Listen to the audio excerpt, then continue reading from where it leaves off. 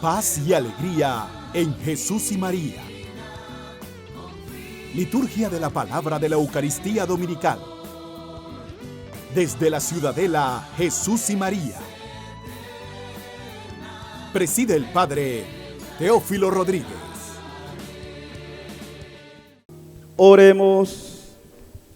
Dios Todopoderoso y Eterno, que quisiste que nuestro Salvador se hiciera hombre y padeciera en la cruz, para dar al género humano ejemplo de humildad, concédenos benigno seguir las enseñanzas de su pasión y que merezcamos participar de su gloria y de su resurrección. El que vive y reina contigo en la unidad del Espíritu Santo y es Dios por los siglos de los siglos. En lugar del Rey poderoso, que se impone por la fuerza, Isaías describe al Salvador como el siervo obediente, que acepta cargar sobre sí los males del mundo. Escuchemos con atención.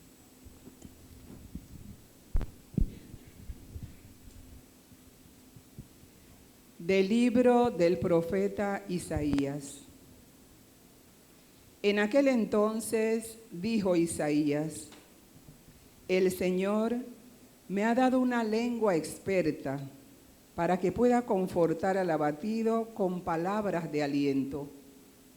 Mañana tras mañana el Señor despierta mi oído para que escuche yo como discípulo. El Señor Dios me ha hecho oír sus palabras y yo no he opuesto resistencia, ni me he echado para atrás. Ofrecí la espalda a los que me golpeaban, la mejilla a los que me tiraban de la barba. No aparté mi rostro de los insultos y salivazos, pero el Señor me ayuda. Por eso no quedaré confundido. Por eso endurecí mi rostro como roca y sé que no quedaré avergonzado. Palabra de Dios. Te alabamos, Señor.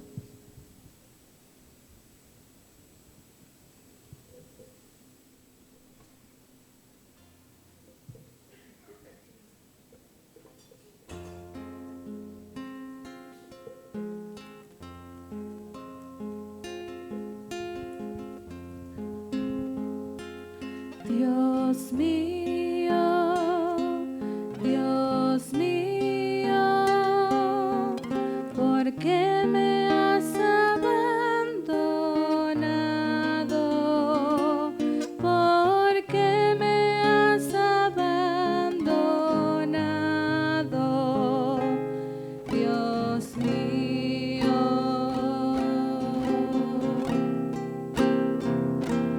Dios mío, Dios mío, ¿por qué me has abandonado? ¿Por qué me has abandonado? Dios mío.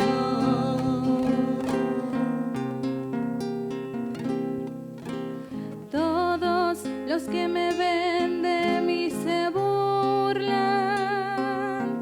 me hacen gestos y dicen: confiaba en el Señor, pues que Él lo salve. Si de veras lo ama, que lo libre. Dios mío, Dios mío, ¿por qué me has abandonado? ¿Por qué me has abandonado? Dios mío.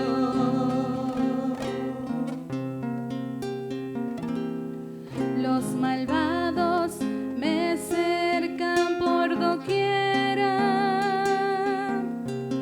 con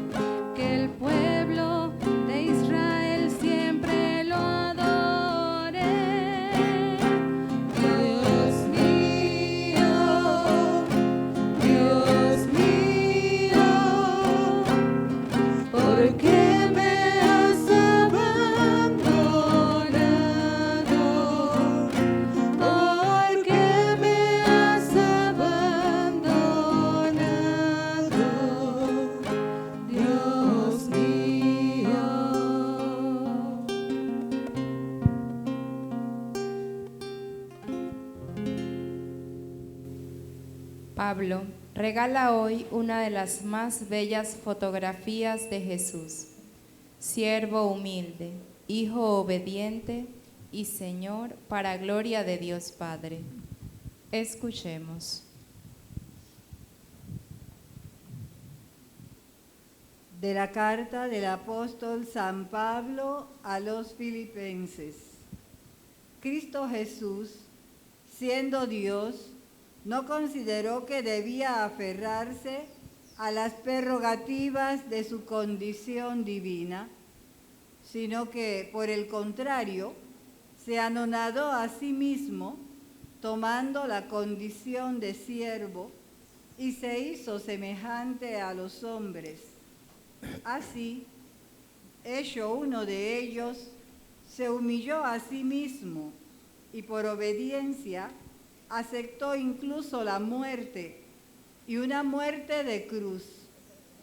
Por eso Dios lo exaltó sobre todas las cosas y le otorgó el nombre que está sobre todo nombre, para que al nombre de Jesús todos doblen la rodilla en el cielo, en la tierra y en los abismos, y todos reconozcan públicamente que Jesucristo es el Señor, para gloria de Dios Padre. Palabra de Dios. Te alabamos, Señor. El ministerio público de Jesús llega a su plenitud con su entrada a Jerusalén y nos sitúa a las puertas del misterio pascual, centro de nuestra fe. Dispongámonos con la escucha de esta palabra que nos va a ser proclamada hoy del Evangelio de San Marcos, a comenzar a celebrar dignamente todos estos acontecimientos. Que el Señor esté con ustedes. Y con tu espíritu. Lectura del Santo Evangelio según San Marcos. Gloria a ti, Señor.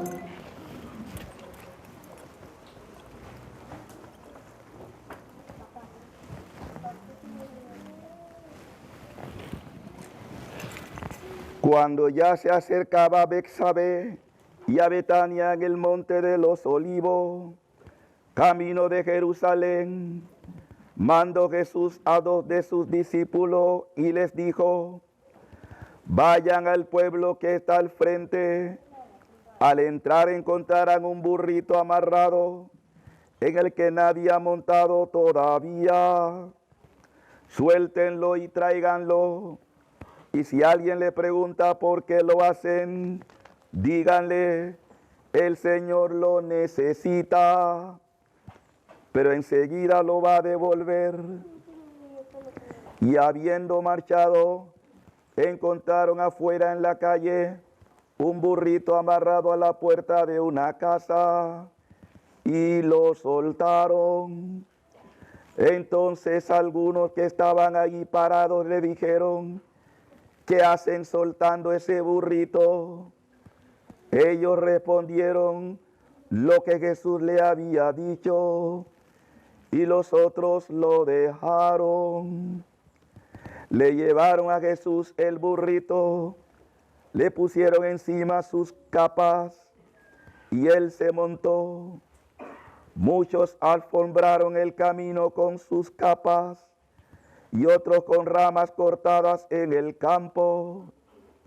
Y los que iban delante y detrás gritaban: Hosana, bendito el que viene en el nombre del Señor, bendito el reinado de nuestro Padre David, Hosana en el cielo. Palabra del Señor. Gloria a ti, Señor Jesús. Espíritu Santo, ven, derrama toda gracia sobre mí, infúndeme el fuego de tu amor y lléname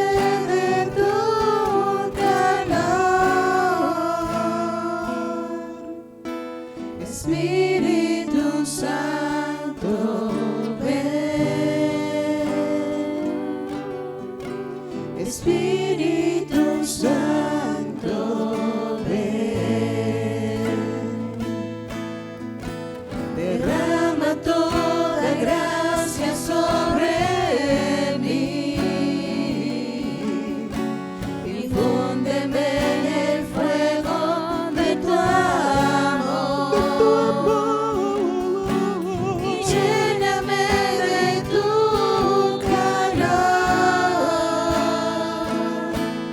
Purifícame, límpiame, sáname y lléname de ti,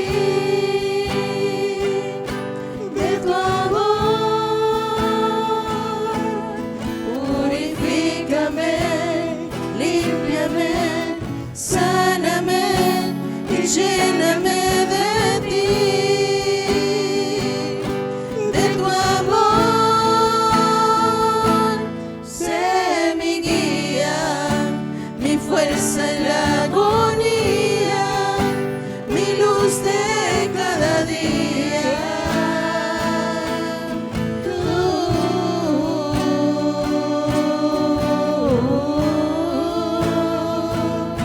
Sé mi guía, mi fuerza en la agonía, mi luz de cada día.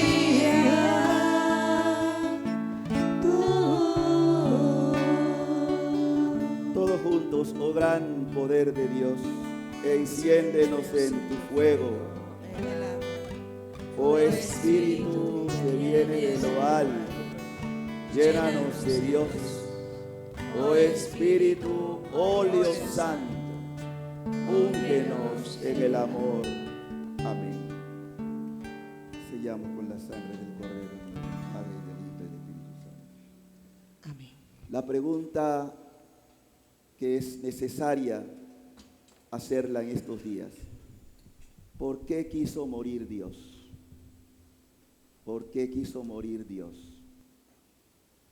Estamos hablando de la segunda persona de la Santísima Trinidad, el Verbo hecho carne, Jesucristo nuestro Redentor. ¿Por qué quiso morir? Para poder comprender esto, tenemos que ir al inicio de la creación. Todo lo que Dios crea es perfecto. Todo, absolutamente todo. Sin embargo, cuando creó al hombre, que también fue creado en perfección, Dios se reservaba un solo derecho de todo lo que le dio al ser humano: dominación sobre la tierra, ponerle los nombres a los animales, también dominarlos, pero se reservó un derecho. Ese derecho se llama el conocimiento del bien y del mal. Y ustedes preguntarán, ¿y existía el mal? Sí, ya existía. Ya existía, pero no tenía dominio. Dios era el centro de todo y lo sigue siendo.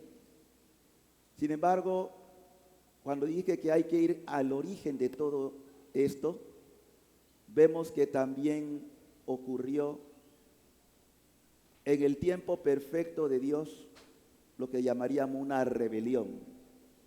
Esa rebelión se dio cuando ángeles creados por Él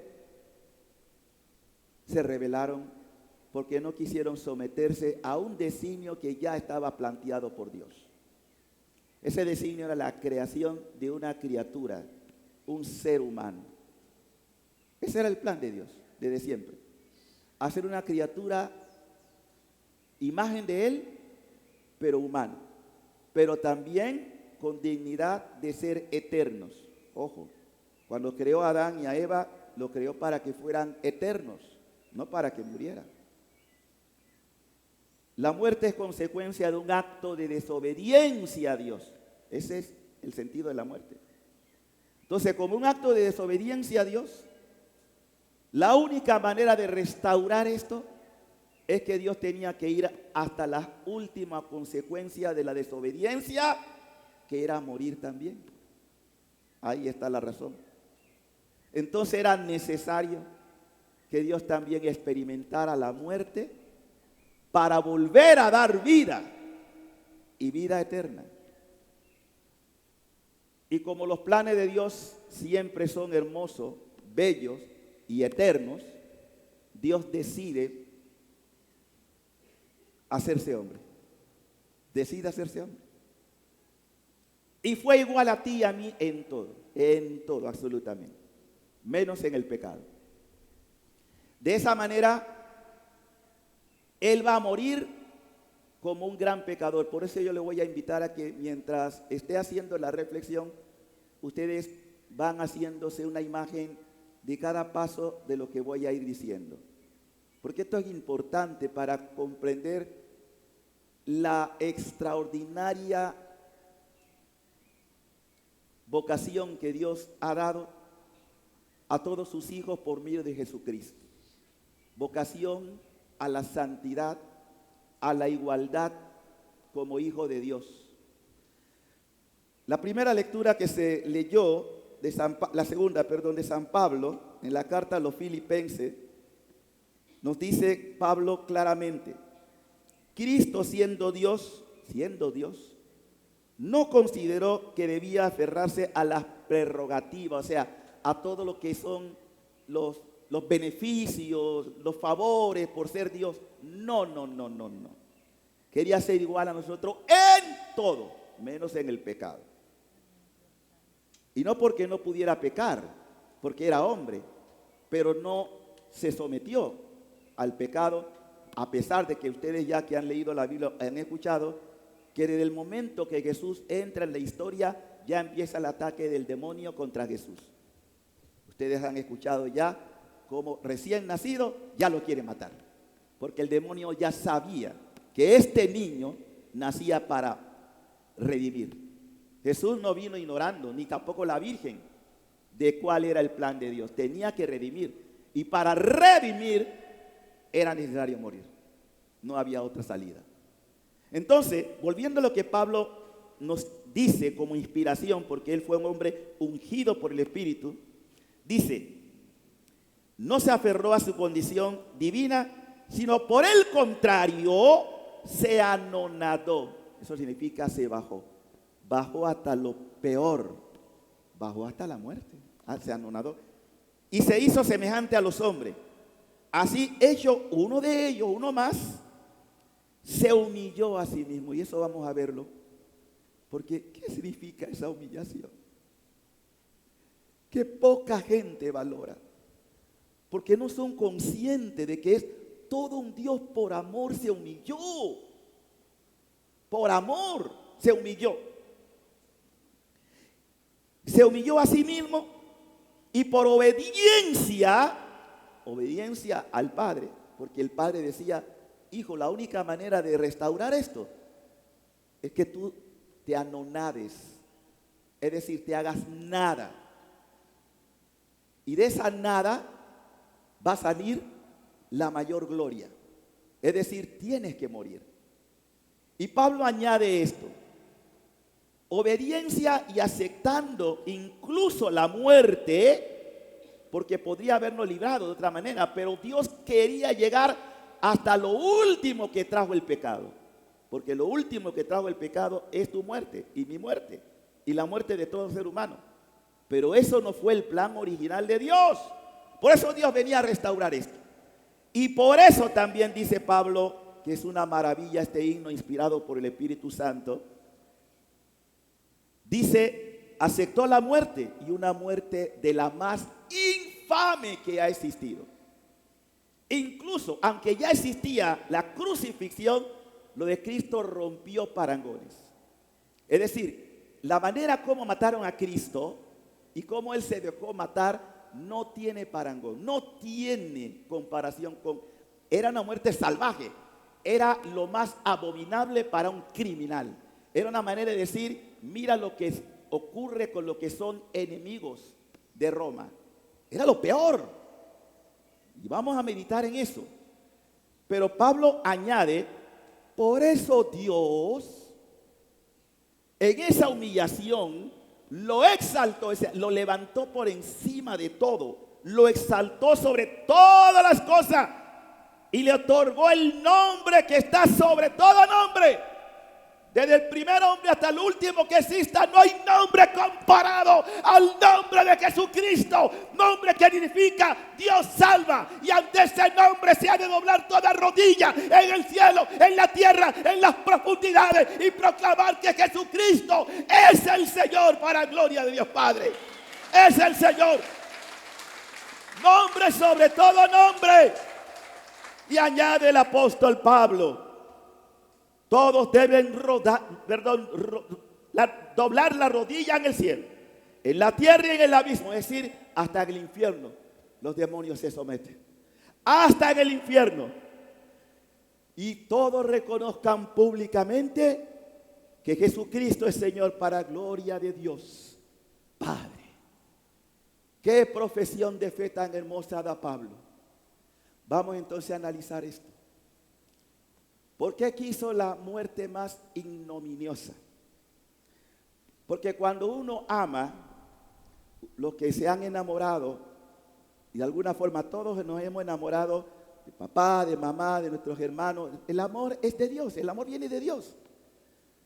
Nadie compra amor, ni alquila amor. Fuimos creados por amor y seremos juzgados en el amor.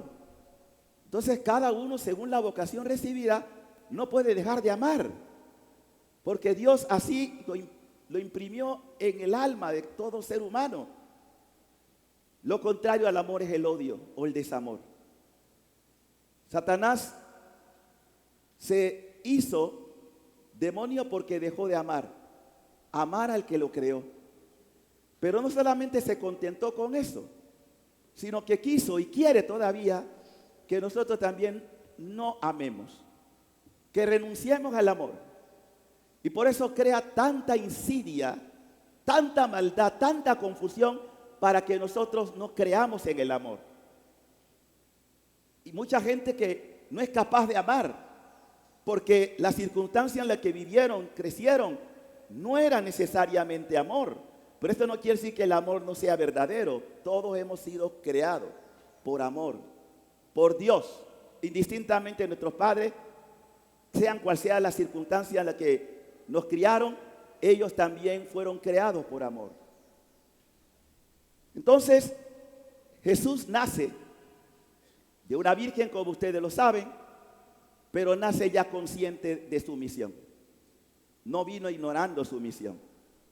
Y fue preparando todos estos días que hemos vivido de Cuaresma hasta hoy que empezamos la Semana Mayor.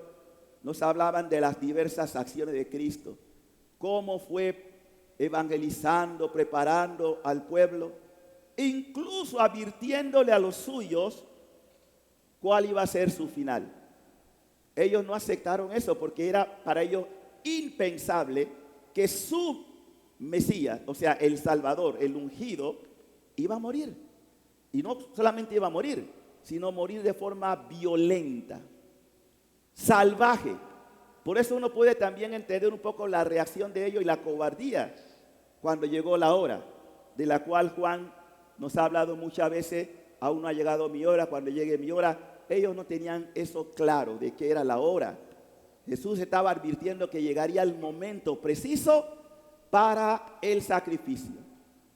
Todo coincide, atención, con la Pascua judía, porque Jesús viene a resaltar la verdadera Pascua. No la Pascua que celebraban ellos entre el bullicio y los animales, y así como él también en un momento, en una ira santa, tiene que expulsar a los que han convertido el templo de Dios en un negocio, en un negociado, y expulsar a todos aquellos y los animales también, porque ese no fue el culto que Dios desde el principio quiso que tuviera el pueblo de Israel. Y desgraciadamente las autoridades llamadas a mantener la tradición y lo que desde el principio Dios quiso que fuese su relación con el pueblo, estos también se convirtieron en hombres que desafiaron a Dios. Por eso cuando usted lee la Biblia ve la cantidad de historia de deportaciones, de momentos en que los profetas llaman al orden, persiguen a los profetas, matan a los profetas, hasta que viene el profeta de los profetas, Cristo, el profeta de los profetas.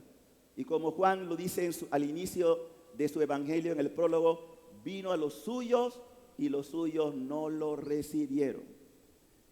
Con esto podemos ya tener idea de cómo se va a presentar la muerte. Los fariseos, los escribas, los saduceos, pero sobre todo los fariseos más que nada, tenían un odio infernal contra Cristo. Odiaban a Cristo porque les echaba en cara su falsedad. De hecho, la palabra fariseo, cuando tú dices fariseo, es una persona doble, una persona mentirosa. ¿Ve? Tiene el sinónimo de fariseo, es eso, un fariseísmo. Pero siempre ha existido fariseísmo. Por eso les estuve diciendo, por favor, no conviertan estos días santos en un fariseísmo. Yéndonos a las playas, yéndonos de vacaciones. ¿Sabe la cantidad de personas que salen en diversos países en caravana? O sea, las ciudades quedan vacías. ¿Por qué la gente toma estos días de relajamiento? Para diversiones o de vacaciones en las playas. No, hay otro momento para esto. Los que hacen eso no tienen conciencia de lo que significa la pasión de Cristo. No tienen conciencia de lo que significa el sacrificio que hizo el Señor por nosotros.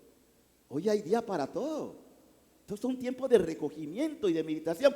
Recordar cuál es el precio que Él tuvo que pagar por mí. No solo por los demás. Es que si ustedes no aplican eso de forma personal, no van a tener conciencia del sacrificio de Cristo.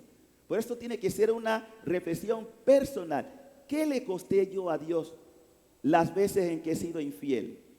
Las veces en que he sido mentiroso, las veces que he sido un ladrón, las veces que he tenido una doble vida, las veces que he vivido de apariencia, las veces de mi mentira. Todos esos pecados capitales que ha habido en mi vida y que Dios vino en la persona de Cristo para reparar mi pecado, mi sinvergüenzura, mis infidelidades, como Pablo lo llegará a decir, que también que él reconocía que era un aborto, que no merecía la gracia de Dios. Él era consciente de esto. ¿Lo eres tú? Tú eres consciente de tu sinvergüenzura con la que has tratado a tu Dios. Por eso Pablo llega a decir, me amó, aplicación personal, y se entregó por mí. ¿Tú puedes decir eso? Me amó hasta el extremo y se ofreció por mí en la cruz. Hasta allá tenemos que llegar. Y mientras usted no tenga esa experiencia personal, usted no va a tener conciencia de la redención. Y cuando tú meditas esto, tú no puedes ser indiferente hasta que tú sientas la necesidad de quebrantarte y llorar, Señor, pero ¿cómo yo he podido tratarte así? Porque el pecado, todo el pecado de la humanidad lo cargó Cristo. Él le advertía a los discípulos cómo iba a morir. Me van a justiciar, me van a encarcelar, me van a golpear,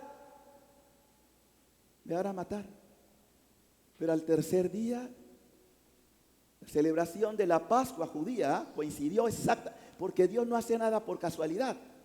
Dios todo lo hace perfecto. Tenía que morir en el mismo momento en que se sacrificaba el cordero pascual. A esa hora se estaba sacrificando Dios como el único cordero verdadero. Y ahora quiero que tú entres en la contemplación del misterio redentor. Cuando ya deciden su suerte, los fariseos, en un juicio que no fue legal, ¿cuándo era realmente? Es que no existía ninguna de las condiciones legales justas para sentenciar a Jesús. ¿Cuándo es la sentencia de los fariseos? De Anás y Caifás, o Caifás y Anás. La hicieron de noche. Eso no era legal. Hacer un juicio de noche, en la madrugada. Porque no encontraron motivos y lo que inventaron era pura mentira. Las acusaciones que se usó contra Jesús eran falsas. No tenían sustento. Por eso que Pilato duda. Porque él no encontró motivo legal. Lo único que le asustó, porque era un hombre supersticioso, como todos los romanos que tenían otras deidades, cuando le dice, si tú no lo haces, vas a ser enemigo del César. Pero es que también era la hora. No podía evitarlo Jesús. Y todo se va cumpliendo al pie de la letra. Yo quiero que ustedes empiecen a estar juntos en una cena. Hazte cuenta que tú estás en la cena. Trata de imaginarte, yo estoy en la cena con Jesús. Y Jesús lanza esta palabra. Uno de los que está conmigo en esta cena, en esta Eucaristía, acción de gracia que es la cena, me va a traicionar. Me va a dar la espalda. ¿Yo? Yo no puedo decir, Jesús no acusa a nadie, pero él sí sabía quién era. Uno de ustedes me va a dar la espalda. Y todos empiezan a cuestionarse. ¿Yo? Miren, hermanos, seamos honestos. Todos en algún momento, cuando hemos pecado, le hemos dado la espalda a Jesús. No piense que, yo si hubiera estado en el lugar de Judas, tú y yo también le hemos dado en algún momento la espalda a Jesús. Que no venga con cuento de que, yo no haría nunca eso. Yo nunca voy a negar a Jesús. Miren a Pedro, Pedrito, el que lo habían nombrado como el primado, el primero entre todos, tuvo el descaro de decir 3 veces, yo no conozco a ese hombre. Cuando aprieta la prueba, el dolor, ¿serás capaz de mantener tu fe firme? Es muy fácil cuando las cosas van bien, cantar, alabar, bendecir. Pero cuando aprieta la prueba, cuando viene el dolor, el sufrimiento, ¿serás capaz de mantenerte firme y decir con él hasta las últimas consecuencias? Solo algunas mujeres estuvieron allí firmes y un solo apóstol. El más jovencito estuvo ahí, Juan. El único. Todo lo demás, patita, ¿para qué te quiero? Si no me venga con el cuento de que, yo no haría eso. Por eso es un examen de conciencia. Yo no puedo juzgarlo a ustedes. Y ustedes no pueden juzgar a mí. Por eso estoy hablando de una aplicación personal. ¿Cuál sería tu reacción? Porque hoy sigue habiendo traición a Cristo. Sigue habiendo traición a Cristo. Y dice la palabra que cuando Jesús dice esto, se formó un ambiente tenso. Tan es así que Pedro le hace señal a Juan que estaba más cerca y dice, pregunta quién es. Y la ajena, ¿no? ¿Quién será? Y Jesús lo único que hace es, toma un poco de pan, lo moja, a quien yo le doy este bocado.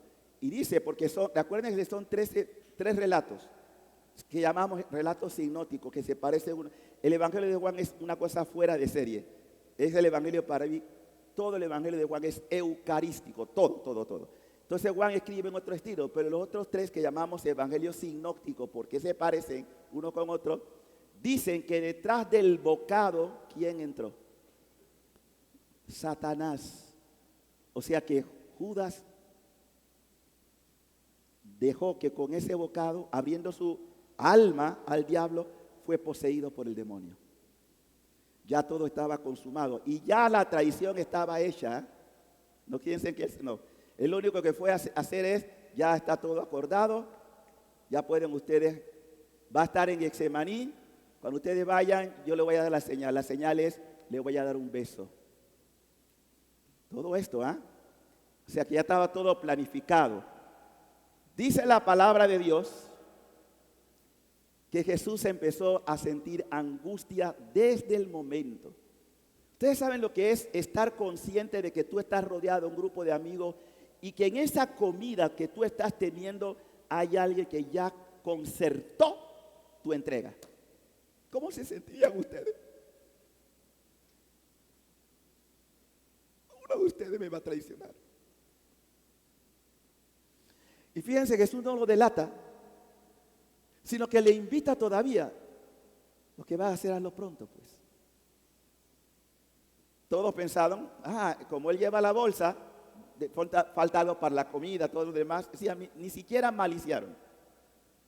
Porque Jesús no anda delatando, no, Él siempre busca que las almas reaccionen. Bueno, yo puedo ir adelantando algunas cosas que ocurrieron, que no están necesariamente en la Biblia, pero que son lo que nosotros llamamos revelaciones privadas. No es dogma de fe creer en ella, pero tampoco la iglesia la niega. Cada uno está en libertad. Por ejemplo, cuando son santos, Luisa Picarre, Luisa que está en proceso de beatificación, Catalina Emiris, que ya es beata, entre otros que pudiéramos hablar. Pero Catalina Emiris dice que cuando ya se había concertado esto, Jesús tuvo angustia en la cena. O sea, lo que es comer, ustedes pueden comer sabiendo que hay en tu entorno o en tu persona algo grave que se está dando. ¿Cómo comerían ustedes? ¿Verdad? O sea que el efecto que pudo haber causado esa cena para Jesús, por eso le llamamos la última cena, pero una cena que al mismo tiempo Jesús estaba anunciando una nueva realidad, lo que llamamos la nueva alianza. En esa nueva alianza Jesús, cuando consagra el pan, está diciendo, ya a partir de ahora ustedes no van a tener necesidad de comer el animal del cordero, porque yo me voy a hacer cordero por ustedes. A partir de la nueva alianza ustedes no van a comer el animal, me van a comer a mí. Mi carne es verdadera comida. Mi carne, yo me voy a sacrificar. Pero ellos todavía no tenían idea de lo que iba a ser el cordero. Él como cordero lo entenderían después, cuando el Espíritu Santo iluminaría su conciencia y empezaron a darse cuenta de que todo ya estaba dicho. En el mismo momento que Cristo estaba muriendo en el Calvario, los corderos que iban a ser sacrificados empezaban a balar. Empezaban a balar también con los gritos de Jesús: Dios mío, ¿por qué me has abandonado? Todo se estaba cumpliendo a la perfección. Y en ese momento, Jesús, cuando ya volviendo a la cena, porque hay que llevarlo por parte, salen y van al huerto donde Jesús solía muchas veces, no era la primera vez, muchas veces iban a ese paraje para orar. Y dice la Escritura en los sinópticos que Jesús tenía angustia de muerte. ¿Saben? Yo no sé. Bueno, una vez a mí me tocó sentir angustia de muerte, ¿no? Saber que tú te estás muriendo y que tú no. Ya yo le he contado eso miles de veces a ustedes, pero angustia de muerte es cuando tú sabes que te estás muriendo, te estás desesperando 2 veces por lo menos. Una vez que me iba a ahogar en María Chiquita, hace muchos años, era un niño, ¿no? En el río de María Chiquita. Y la segunda es cuando tuve ese descalabro por mi mala vida, y un Viernes Santo, por cierto, miren, eso me duele mucho. Cuando yo pienso en eso, digo, ¿cómo yo pude emborracharme un Viernes Santo?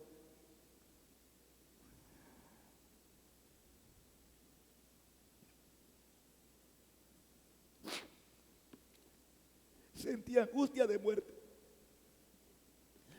Y yo decía, ese Jesús, que es cierto había conocido en mi infancia, pero hay momentos en que uno se desvía, pues, que uno le da la espalda a Jesús, porque era una tradición a veces la familia, pues también, por eso digo, ya no más esto.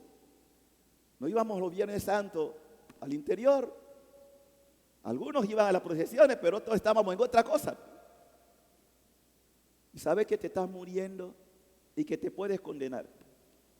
Y esto nunca lo voy a olvidar, porque es ver la misericordia de Dios. Yo le decía en mi alma, si tú existes, dame una oportunidad, una. Por eso estoy aquí. El Señor me dio esa oportunidad y por eso soy sacerdote, para gloria de Él. Pude experimentar lo que es la misericordia de Dios, que no se complace en la muerte del pecador, sino que cambie su conducta.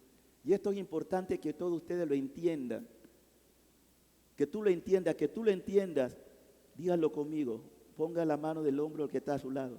Dígaselo.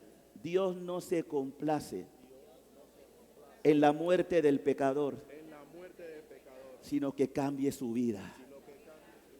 En eso se complace Dios, en que cambie tu vida. Todos somos pecadores. Todos hemos fallado. Todos hemos en algún momento traicionado a Dios. Yo lo traicioné. Me duele, no estoy diciéndolo con alegría, me duele haberlo traicionado. Y ese Dios que he ido conociendo y cada día me enamoro más, cada día me enamoro más. Por eso quisiera que también ustedes se enamoraran más de Él, que lloren su culpa, que lloren sus infidelidades, que nunca digan, bueno, ya, no, hasta el día que se mueran. Entonces, cuando Jesús está en Getsemaní, esa angustia de muerte, nos dice que empezó ¿a qué? ¿Y qué sudaba? ¿Cuándo una persona puede llegar a ese extremo de sudar sangre? ¿Alguno tiene idea? Hay un médico, doctor, ¿por qué se puede sudar sangre? Póngase de pie. ¿Qué explicación hay en eso de forma científica? ¿Qué puede haber?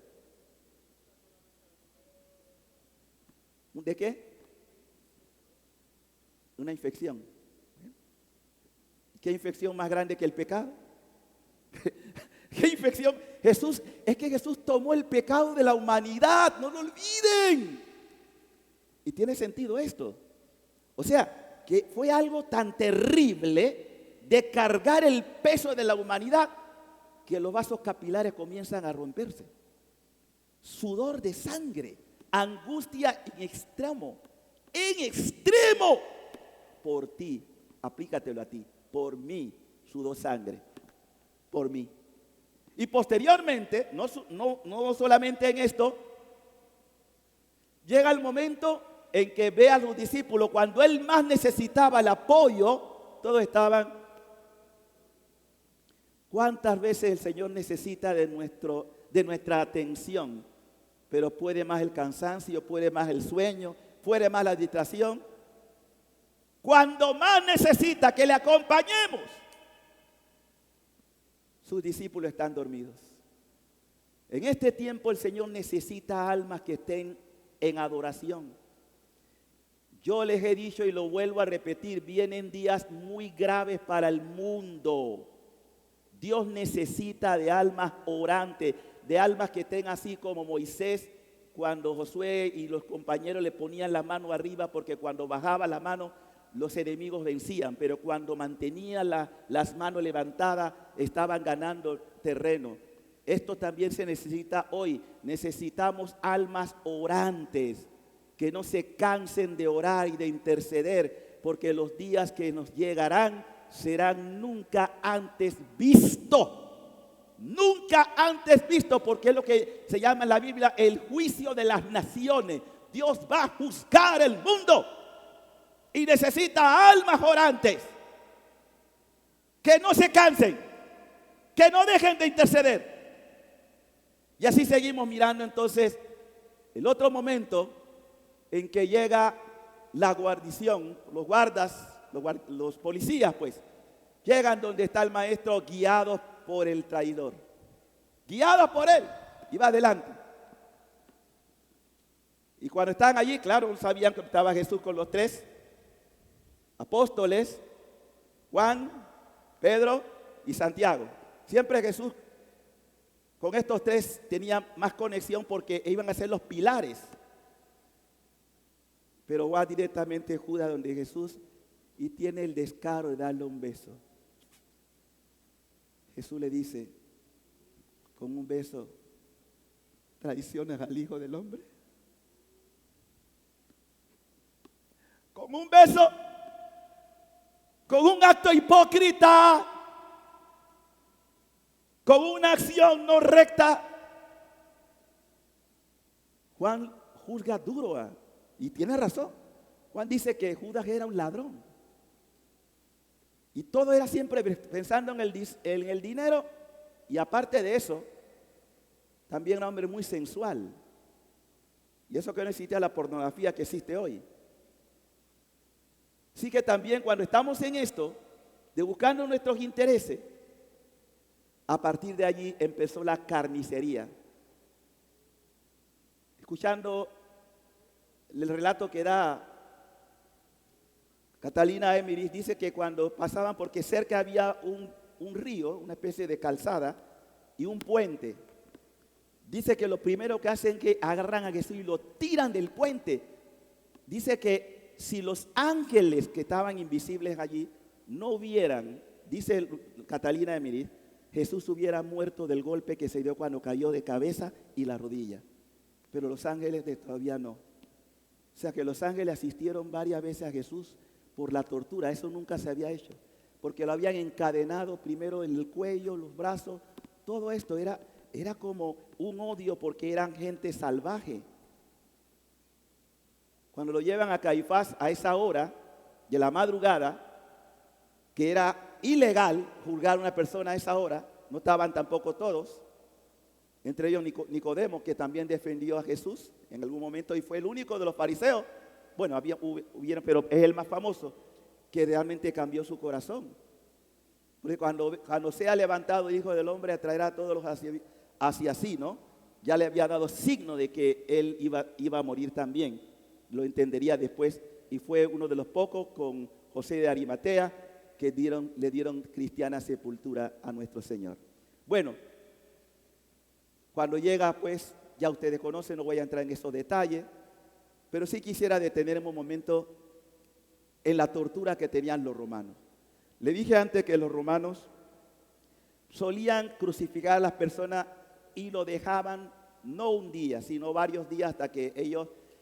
La crucifixión era una muerte espantosa, porque aparte de estar clavado, la persona para poder tomar aire tenía que empinarse lo poco que podía para poder aspirar. O sea que poco a poco, de hecho, las personas crucificadas iban reduciendo la capacidad de oxígeno y morían asfixiados. Pero fuera de eso la tortura era terrible. Tan terrible que cuando a Jesús lo azotan, primero cuando lo llevan ya a la casa de Pilato, antes en la casa de Caifás estuvo una noche en una especie de letrina, o sea, donde hay aguas excretas. Ahí lo metieron, en aguas excretas. ¿Entienden eso, no? Bueno, entonces, cuando lo sacan en la madrugada, ya todo golpeado, porque uno de los verdugos, cuando lo agarró con un mazo estilo de hierro, le rompe el tabique. Por eso ustedes ven en la sábana santa, hay como una impresión de un tabique que ha sido como golpeado por el golpe que recibió de Jesús. Y a eso se suma lo siguiente. Cuando lo llevan ya a donde Pilato, Pilato quiso soltarlo, porque tampoco encontró causa justa.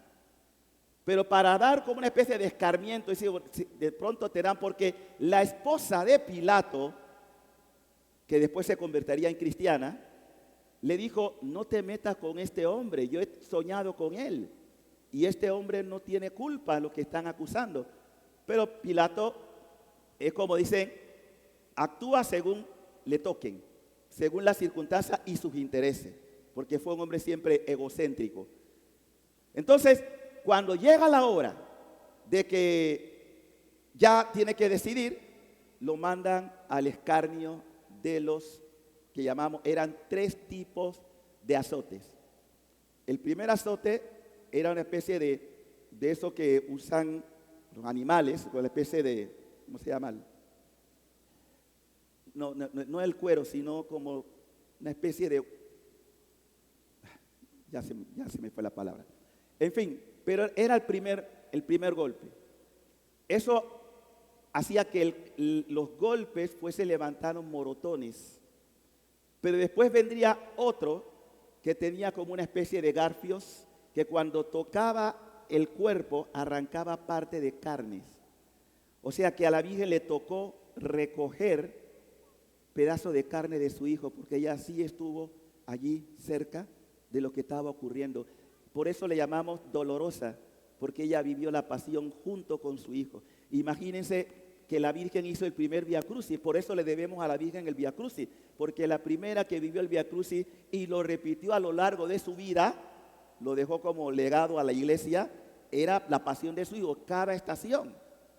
Entonces, imagínense cuando Jesús lo agarran y lo ponen en una columna donde apenas podía mantener, apenas así guindado, y comienzan a despedazarlo con los azotes. Lo que significó eso. Y cada golpe, se habla que fueron miles de golpes porque eran de 2 turnos que iban repartiéndose, y en cada látigo de estos habían a veces hasta 3 tipos de azotes que estaban en uno solo. O sea, 3 tipos. Y eso fue una carnicería.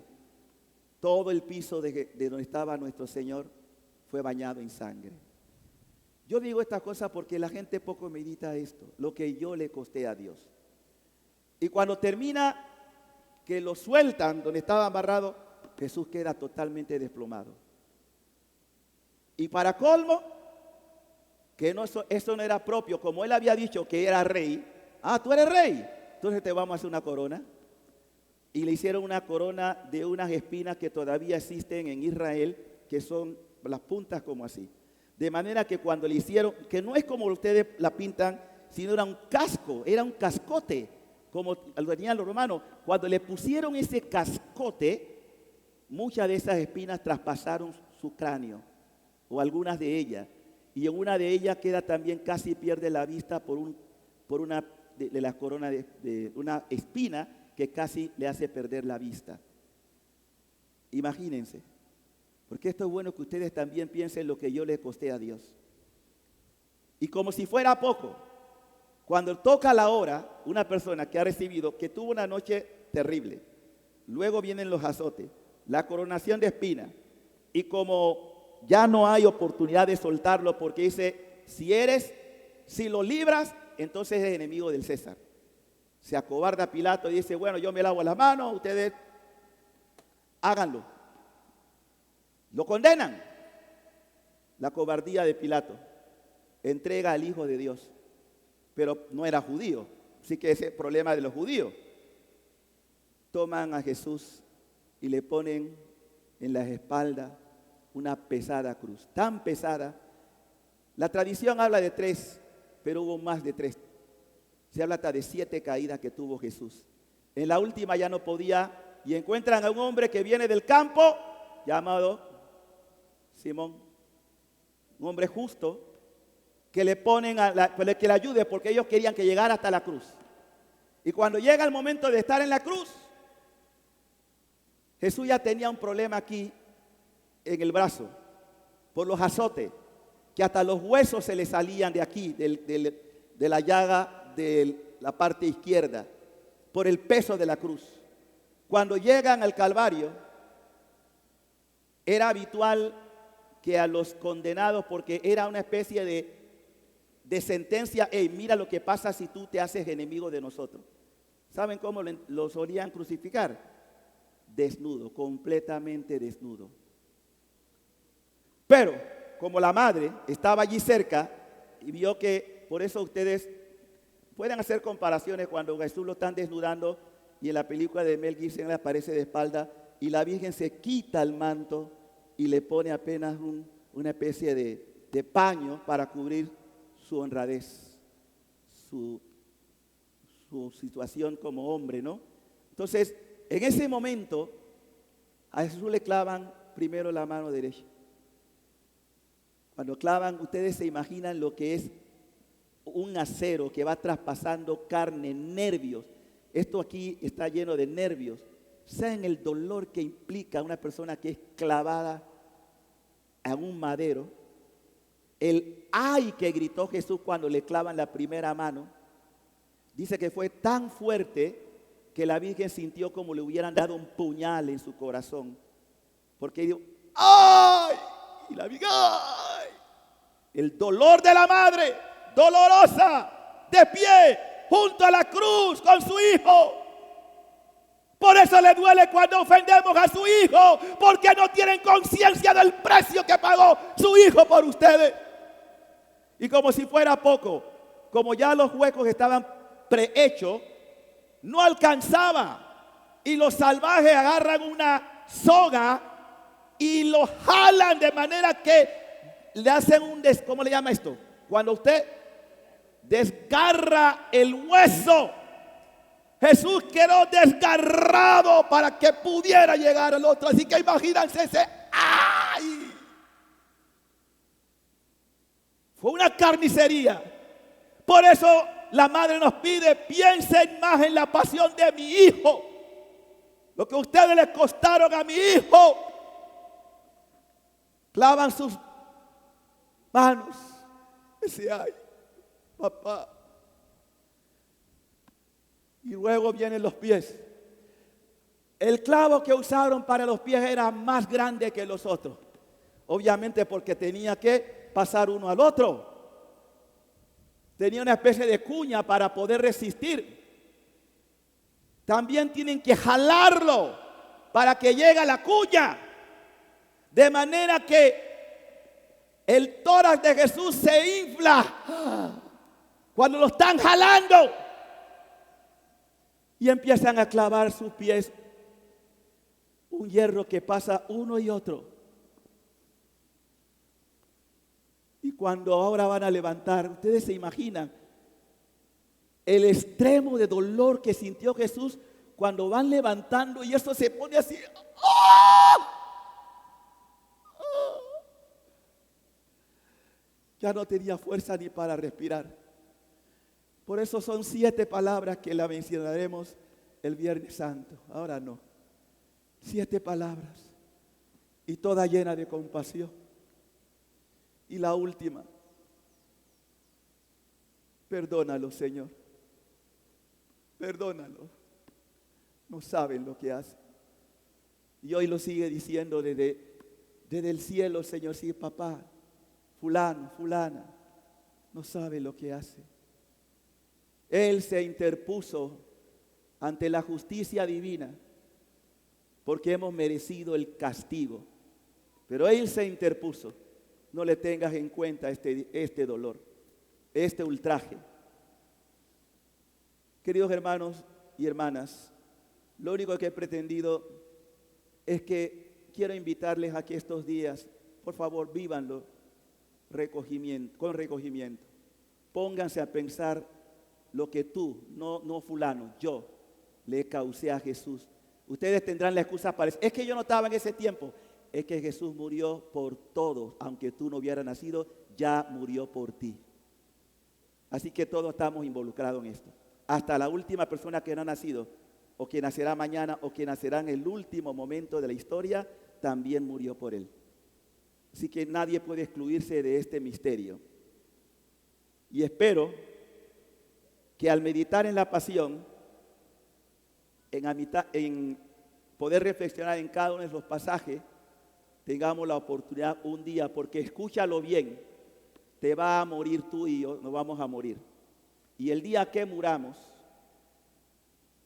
va a depender la balanza ante Dios de si creímos o no en Él, en la salvación o en la condenación. Jesús no quiere que nadie se pierda, porque es el designio del Padre.